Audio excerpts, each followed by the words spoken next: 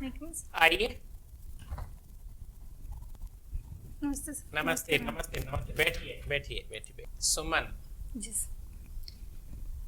सुमन का पर्यायवाची क्या है? सर, ये फूल का पर्यायवाची है सुमन। फूल का। आरएस बनने की आपने कब सोच ली थी? सर, पहली बार तो दिमाग में आया था जब मैं 12वीं क्लास में थी। अरे वाह।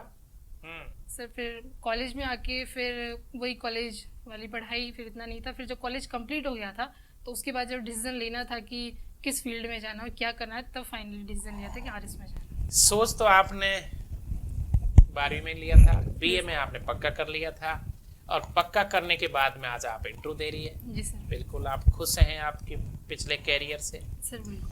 क्यों आरएस बनना चाहती हैं? सर, पहली बात तो ये कि ये एक ऐसी सेवा है जो मतलब इतना बड़ा और प्लेटफॉर्म प्रोवाइड करवाती है जिससे कि आप समाज में बहुत सारे लोगों के जीवन में सकारात्मक परिवर्तन लाओगे। अच्छा। जब ला सकते हो, अपॉर्चुनिटी है आपके पास। और दूसरा, सामाजिक प्रतिष्ठा है और इतनी तो सैलरी है कि आपकी आजीविका आसानी से निकल सकती है।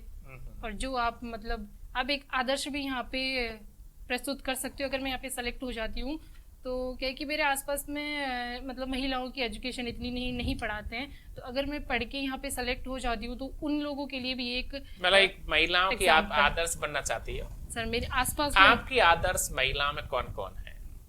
चाहे राजनीति हो, चाहे प्रशासन हो या एजुकेशन हो, किसे आप आदर्श मानते महिलाओं में? सर, मैंने जब पढ़ा है तो मैं इंदिरा गांधी, जो हमारी प्रधानमंत्री रही हैं, उनको। इंदिरा गांधी को किन किन नामों से जाना जाता था? इंदिरा गांधी ने सबसे बड़ा एक कोई काम जो किया था, जो बहुत खुश हो गए थे लोग। कुछ लोग खुश हुए थे, कुछ लोग दुखी हुए थे। पश्चिम दुखी हो सकता है, पूर्व खुश हो सकता है। कुछ ऐसा है क्या नजरों में आपके? सर, जहाँ तक मुझे ध्यान है, बांग्लादेश के साथ हमारा जो युद्ध बांग्लादेश के निर्माण में इंदिरा गांधी की भूमिका को आप मानती हो? हुआ था। तो उसमें एक ही लोकतांत्रिक एक उसकी सर बिल्कुल भूमिका है। और उसके बाद में कोई समझौता हुआ था क्या? सर, शिमला समझौता। Very good. सुमन, आपको अगर एक दिन के लिए प्रधानमंत्री बना दिया जाए तो आपने जैसा अभी बोला कि आप सकारात्मक प्रभाव डाल सकती हैं।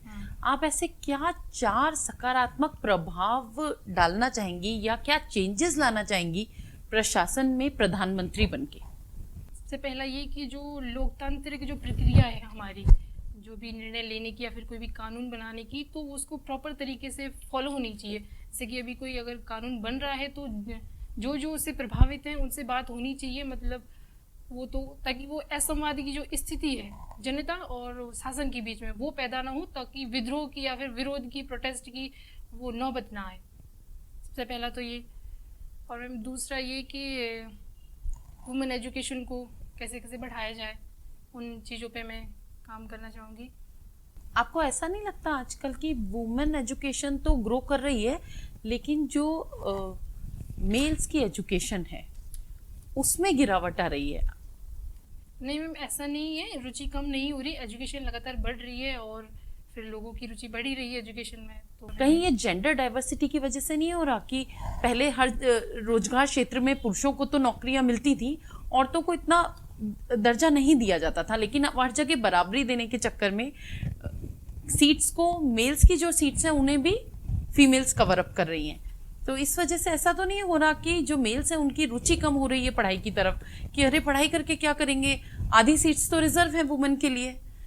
नहीं मैम, जो रिजर्व है आधी सीट्स तो नहीं है, बट अगर हैं तो वो ज़रूरत है, क्योंकि महिलाएं उपेक्षित रही हैं, क्योंकि हमारे समाज का जो पितृसत्तात्मक दृष्टिकोण, इसकी वजह से तो ये ज़रूरी है वुमेन एम्पावरमेंट के लिए होना चाहिए। उस वजह से वो ये सोच के कि महिलाओं के लिए सीट रिजर्व है, हमें कुछ फ़ायदा नहीं होगा पढ़ के, तो ऐसा नहीं है। आपने राजनीति विज्ञान से एमए किया हुआ है। अभी हमारे यहाँ कुछ राज्यों में चुनाव प्रक्रिया चल रही है, कुछ राज्यों के नाम बताएंगे? सर, पश्चिम बंगाल में, असम में, तमिलनाडु में, केरल में और जो पुडुचेरी। किस आर्टिकल में निर्वाचन आयोग के बारे में बताया गया है? Sir, article 324। Very good. अभी हाल ही में हमारे किस स्टेट में बहुत बड़ा नक्सली हमला हुआ है? सर, छत्तीसगढ़। छत्तीसगढ़ में। क्या रीजन है वहाँ पे छत्तीसगढ़ में? ऐसी कौन सी ऐसी कौन सी परिस्थितियाँ हैं कि जहाँ पे ये नक्सली हमले के लिए जो परिस्थितियाँ हैं वो ज़्यादा अनुकूल हैं? सर, जो नक्सली हमले हैं उसका सबसे बड़ा रीज़न तो ये है कि सापेक्षिक वंचना, मतलब कि वहाँ के जो लोग हैं जो वो खुद को, उनका वहाँ पे प्रॉपर तरीके से विकास नहीं हुआ है तुलनात्मक दृष्टि से जितना और दूसरे राज्यों में हुआ है, तो वो इसका दोषी सरकार को मानते हैं। तो वो फिर उस वजह से फिर सरकार पे हमले करते हैं, या फिर वो, और वहाँ पे मतलब जो भौगोलिक दुर्गमता है वो भी बहुत है कि वो हमले करके उनको छुपने की जगह है।